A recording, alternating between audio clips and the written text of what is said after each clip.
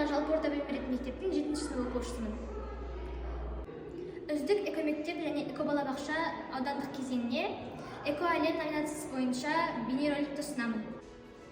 Батыс Қазақстан облысы әкімдігі білім басқармасы Жәнібек ауданының білім беру бөлімі мемлекеттік мекемесінің 2023 жылғы 9 ақпандағы 46-шы бұйрығын ала отырып, жатқан ұрпақтың экологиялық жай-күйін зерттеу мақсатында экомектеп жобасына қосылдық. Байқау ережесіне сәйкес ұсынып отырған жұмысымның мақсаты қазіргі заманның экологиялық проблемалары мен оларды шешу жолдары және өз жерімнің қоршаған ортасын жақсарту, көгалдандыру, жалпы білім беру жүйесіндегі оқу тәжірибе үлескесінің жұмысын арттыру болып табылады. Осы мақсатты негізге ала отырып, экомектеп жобасы аясында мектебімізде табиғат және біз жасағы құрылды. Жасақ құрамына 5-8 сынып оқушылар қамтылды. Экомектеп жобасы аясында экологиялық акция, экопатруль және менің экоөзім акциялары ұйымдастырылып, ауыл саябағы ішінде тазалық жұмыстары жүргізілсе, таза аула акциясы негізінде мектеп оқушылары өз аулаларын абаттандырды. Бүгін табиғат және біз жасағының бүгінгі жұмысымен таныса өтсек. Қайырлы оқушылар, бүгін бізде сіздер білесіздер, көктем айында біздер мектеп алдында гүлзар бар. Гүлзарға біз міндетті түрде отырғызуымыз керек. Әртүрлі гүлдерді отырғызуымыз қажет. Яғни Жоба аясында ішкі көгалдандыру бойынша 80-ге жуық бөлме гүлдері отырғызылды.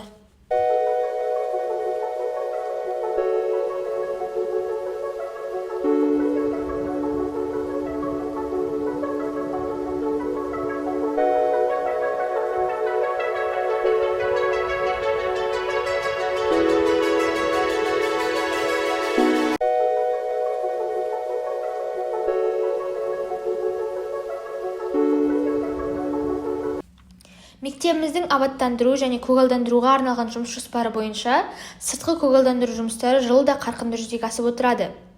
Жасақ жоспарына сай экологиялық акциялар, оқушыларға эксперименттік тапсырмалар, сурет байқаулары ұйымдастырылады.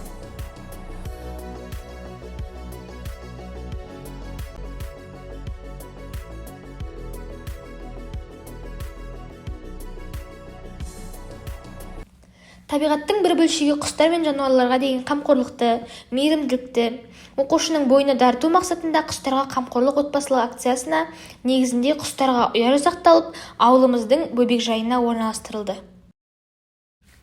Сонымен қатар, сәуір айы еңбекқорлық пен кәсіби біліктіліктің айы болып жарияланып, табиғатты аялау өзімізден басталады ұранымен 9-11 сыныптың ер балалары мектеп ауласында сенбілік ұйымдастырып, терек түптерін қопсытып, тазалық жұмыстарын жүргізді. Қоршаған ортаға жанашырлық танытып, еңбекке деген сүйіспеншіліктерін көрсетті. Атадан мал қалғанша тал қалсын демекші, ауылымызды көгалдандыру мақсатында бүгін ауласында терек отырғызу жұмыстары басталды.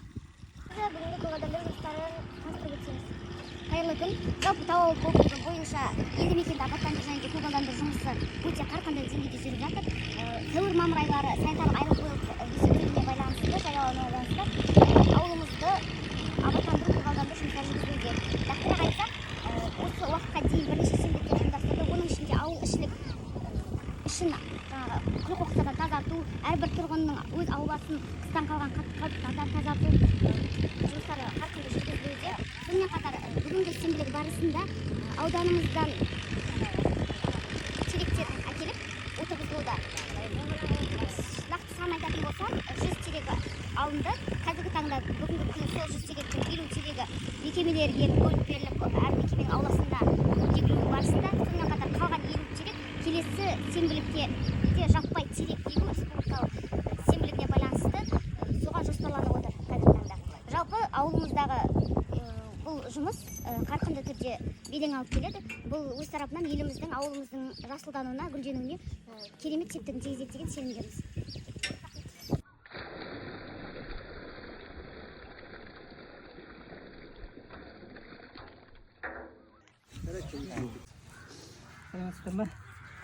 Жалпы көгалдандыру жұмысы біздің сәуір айында жүретінін білесіздер.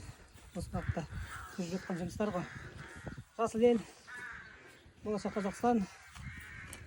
Бұл дегеніміз келген адамға денсаулық, дені саулық берген жаңа. Осы уақытта терек егеміз, әр сенбілік жүріп жатыр қазір. Болды.